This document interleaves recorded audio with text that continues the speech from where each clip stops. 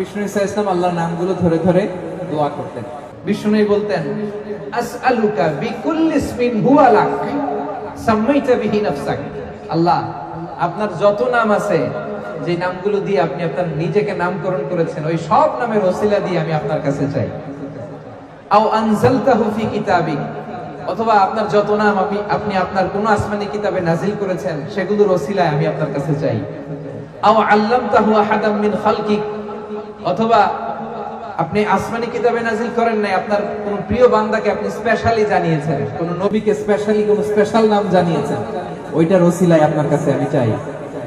আও ইস্তাসারতা বিহি ফি ইলমিল গায়বি ইনদাক, অথবা আপনার যেই নাম কোরআনেও নাই, হাদিসেও নাই, কোন নবী ওলিরেও জানেন নাই, এই নাম শুধু আপনি জানেন, দুনিয়ার কেউ জানে না, ওই নামগুলোর ওসিলা তো আপনার কাছে চাই।